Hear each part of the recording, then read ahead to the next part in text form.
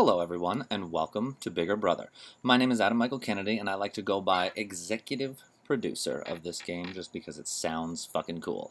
However, I wouldn't be able to do this without my trusty production team, the beautiful and talented and charismatic and just downright friendly Victoria Matthews, Maddie McCourt, Chase Diamond, and Daniel Gluck. They are most definitely the ones that make sure that this is a train ride and not a train wreck. So even though I call all the shots, I definitely couldn't do it without them. I'm going to speed through this as fast as possible. There's going to be a lot of information here, so if you're a part of the cast, take some notes. If you're just viewing, enjoy. So you guys have had 48 hours to socialize in the game. I hope you enjoyed your little Thanksgiving break-ish if you celebrate it. Otherwise, you guys are just hanging out, getting to know each other, and we're still doing that until December 10th. So nothing game-related will happen between now and then, except for this video right here as far as giving you a little bit of insight to what to expect, because I don't like to leave a lot of surprises. I like to just lay it all out, especially these past 3 seasons. I just lay it all out at the beginning, let you know if there's going to be people coming back and like powers and things of that nature, what to expect, especially because it is another rule breaker season. So I'll get to that in a little bit. First of all, I have been calling this All Stars for years, and that was just a little bait and switch tactic as far as, yes, this is an all returnees season. However, this is not the official Bigger Brother All Stars season. So we may be seeing that further on down the line. However, anybody who was not accepted into this cast, don't worry, we still got your names and numbers and know how to find you in the future. Gotten a lot of angry messages, people thinking this is All Stars and wanting to get back in. Had a lot of names in mind that kind of went out of mind as I settled into what I thought this season should be like. And basically, it's a whole lot of just robbed personalities. Sequels is the theme of the season, and we want to see the sequel of all of these people. I mean, I brought back 2 first boots instead of people who've come in 3rd place and stuff. That was just, right at the end.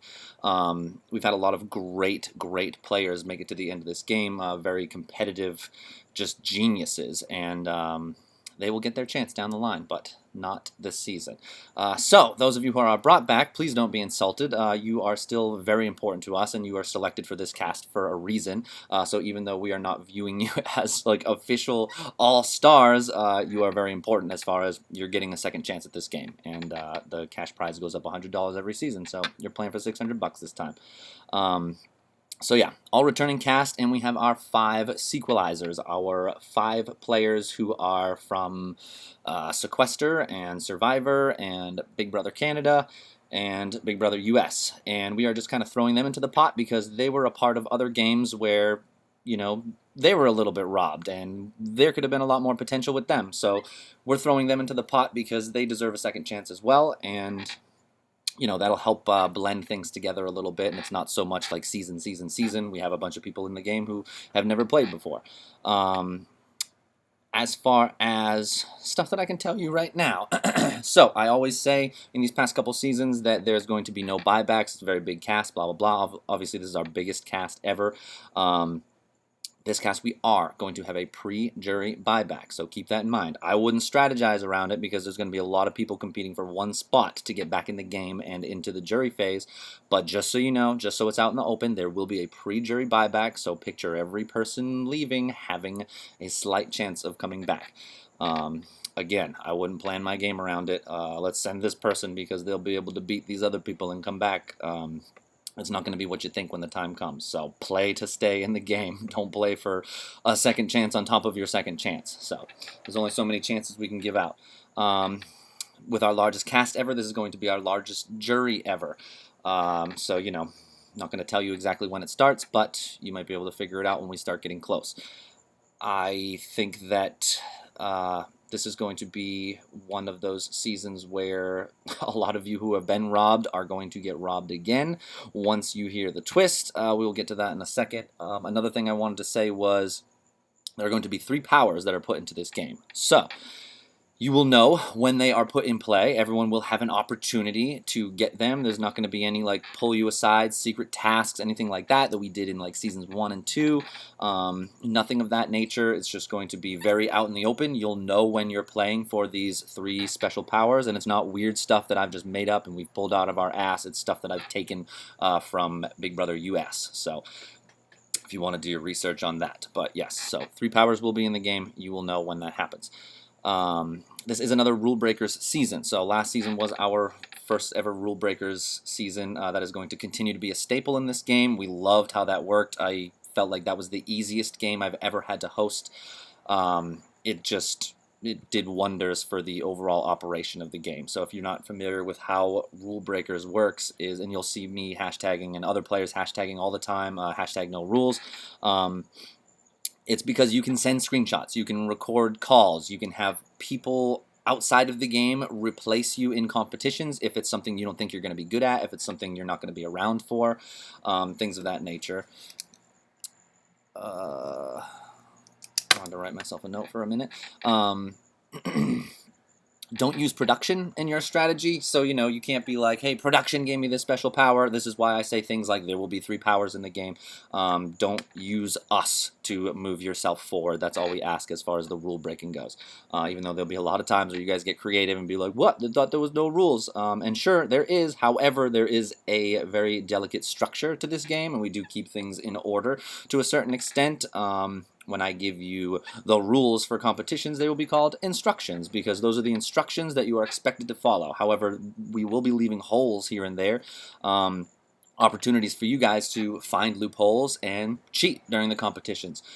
So there have been very creative players last season that cheated in some very creative ways, and if you played a lot of games in this community, it's very hard to stick to the rules and all that shit, and you always have people getting accused of cheating and people winning things way too easily, and you're just like, what the hell? So in this game, all that shit's allowed. So whatever it takes for you to get to the end and win the $600. You have an Olympic gold medalist filling in for you in a endurance competition or whatever. Doesn't matter to me. All that I ask is you don't have anybody else from this season playing. If someone's been eliminated from this season, you can't have them come in and play for you. It has to be someone outside of this game. You can bring in past season players. You can call up any of the past winners to come play for you in a competition. However, nobody from this season is allowed to compete for you in any of the competitions that you compete in this season. That's pretty much how it goes. As far as other rule-breaky stuff, usually diary rooms or confessionals are mandatory. Your diary room is your play area, your safe place. It's not mandatory, but we will suggest every now and then you guys let us know what's going on in the game. We want to stay up to date, so please let us know what's happening.